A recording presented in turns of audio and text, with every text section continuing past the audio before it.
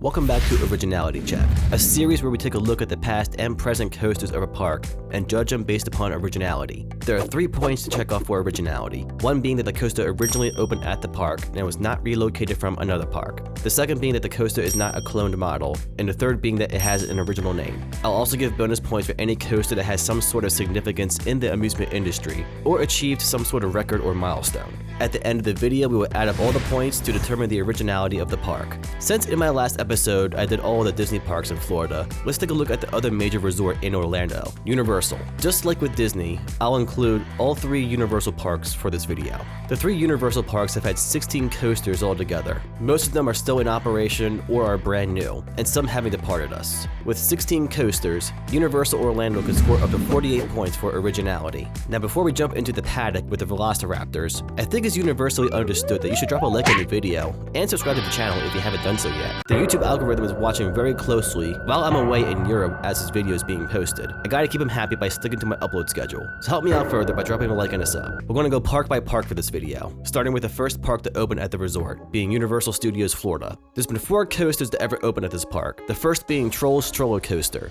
This opened in 1999 as Woody Woodpecker's Nut House Coaster. That's a mouthful. And held on to that name until 2023. This is a basic Vekoma Jr. coaster, the 207-meter version. Nothing too special here. This did originally open at the park, it is a cloned model, and not the first of its kind, but the name will give it another point. 2 points for Trolls Stroller Coaster. Revenge of the Mummy. This dark ride / coaster opened in 2004. This is one of the more unique coasters out there, having a few tricks up its sleeve throughout the ride. Just watch out for that sudden brake slam in the middle of the ride. Mummy is original across the board, giving Universal its first home run for originality. 3 points for Revenge of the Mummy. Hollywood Rip Ride Rocket. This bizarre Mauer coaster opened in 2009 and is currently in its final year of operation, after Universal confirmed that it would be retired soon. This coaster had to grow on me. My first ride on it was honestly terrible. I rode on a wheel seat in the very back row, I think. I found nothing enjoyable about the ride and was fighting for my life with how janky and rough it was. I think it was just running bad that day, because the next year I rode it many more times and it was running much smoother. I honestly grew to really enjoy the ride, but it is a pretty outdated coaster, so its imminent removal makes sense.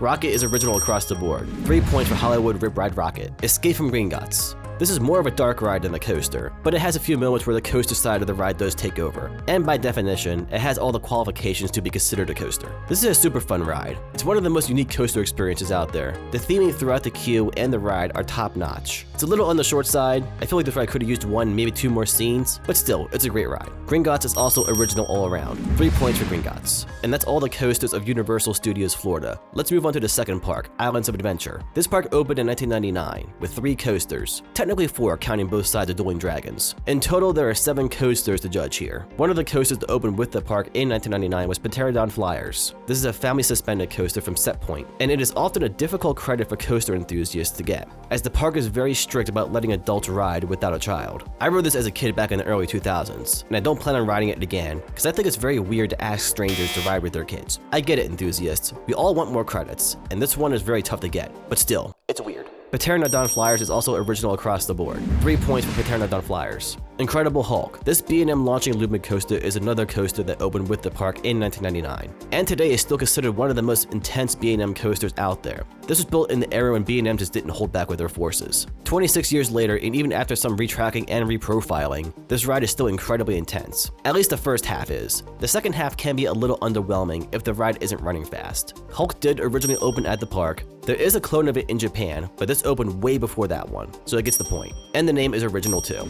3 points for Hulk. Dueling Dragons, or as it was called when it closed, Dragon Challenge, is the last of the coasters that opened with the park. Each side of this coaster will get its own set of points. Us coaster enthusiasts count each side as a separate credit, so the same applies here. I rode this when it was still Dueling Dragons and when both sides still dueled. I don't have all too much memory of the ride, as I was pretty young when I rode this, and it was way before my coaster enthusiast days. But I do remember really enjoying both sides and thought the dueling aspect of the ride was really cool. Honestly, I think I would not have liked the ride as much without the dueling aspect. The coaster dueled until 2011, and each side would operate alone until the ride's closure in 2017.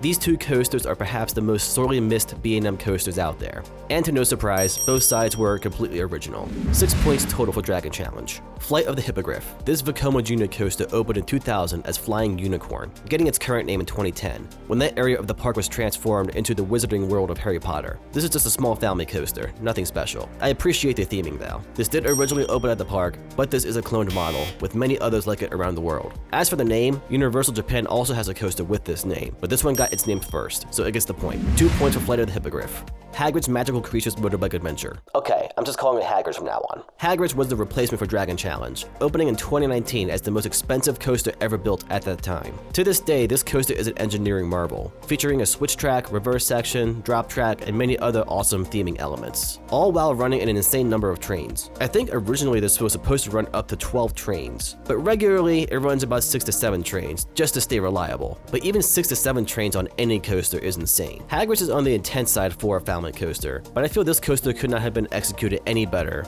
and is a great replacement for Dragon Challenge. Not only is Hagridge original across the board, I'll also give it a bonus point for being so innovative, and having held the record as the most expensive coaster ever built for a few years. This record was taken from it in 2022, when Guardians of the Galaxy opened. 4 points for Hagrid. And the last coaster for Islands of Adventure, and in my opinion, one of the greatest coasters ever built, Veloca Coaster. This intimate LSM coaster opened in 2021, and was an instant success for the park. Many coaster enthusiasts that I know still claim this as one of, if not their favorite coasters of all time. It's definitely in my top 10. Veloca Coaster is a perfect coaster, combining a super diverse and dynamic layout, along with amazing theming and storytelling. Universal and Intamin truly created a masterpiece of a coaster with Veloca Coaster. I don't think this needs much speculation. This is absolutely original all around. While this coaster is one of, if not the most complete coasters out there, I can't say it deserves a bonus point. It doesn't necessarily do anything that any other coaster hasn't ever done before, and it doesn't hold any significant records. Enjoy your 3 points, Veloca Coaster. And that's all the coasters of Islands of Adventure. Now on to the newest park in the resort and the newest park in the country, Epic Universe. As I'm making this video, this park technically isn't open to the public yet. It's still on pass holder and employee previews. But so far, I've heard nothing but amazing reviews of the park, and all the videos and pictures that I've seen, I believe this could be the best park in the world. I hope to visit this park sometime in the near future. Epic Universe has 4 coasters, 5 counting both sides of Stardust Racers. In fact, let's start there. Stardust Racers is a dueling mock LSM coaster,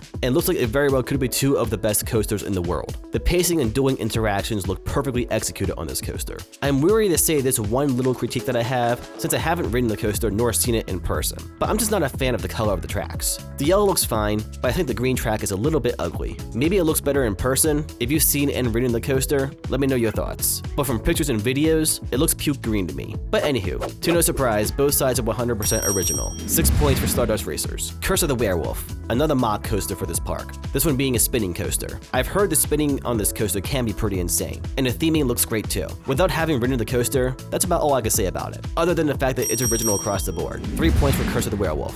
Hiccup's Wing Gliders. This intimate family coaster looks to be a perfect family-friendly coaster for the park. It looks like it could pull some decent forces if it's running fast. Again, not much else I can say about the ride without having ridden it, but once again we got another home run of points. 3 points for Hiccup's Wing Gliders. And the last coaster for the video, Minecart Madness. This is labeled as a boom coaster. I believe this is a patent made by Universal, so I guess this could be counted as a built in-house coaster. If I'm wrong about that, let me know in the comments. I love the concept of this coaster, oftentimes giving the illusion that the cart is flying off the tracks. This did originally open at the park, but surprisingly, that's the only point that I can give this coaster for originality, as this coaster is a clone of the one that opened in Japan, and even shares the same name. 1 point for Minecart Madness. And that's all the coasters of Universal Orlando. There are 48 possible points to score, and all 3 parks altogether scored 44 points, plus 1 bonus point making it 45 points. This gives all the coasters of Universal Orlando 94% originality. Just like Disney, I expected this resort to score very high. As much as I love Disney, I can't deny that Universal has really been dominating the Orlando market lately. For the longest time, Disney had the strongest presence in the Orlando area for theme parks. But in the last decade or so, Universal has really stepped up their game, and debatably has dethroned Disney as the best resort in Orlando. I reiterate, debatably.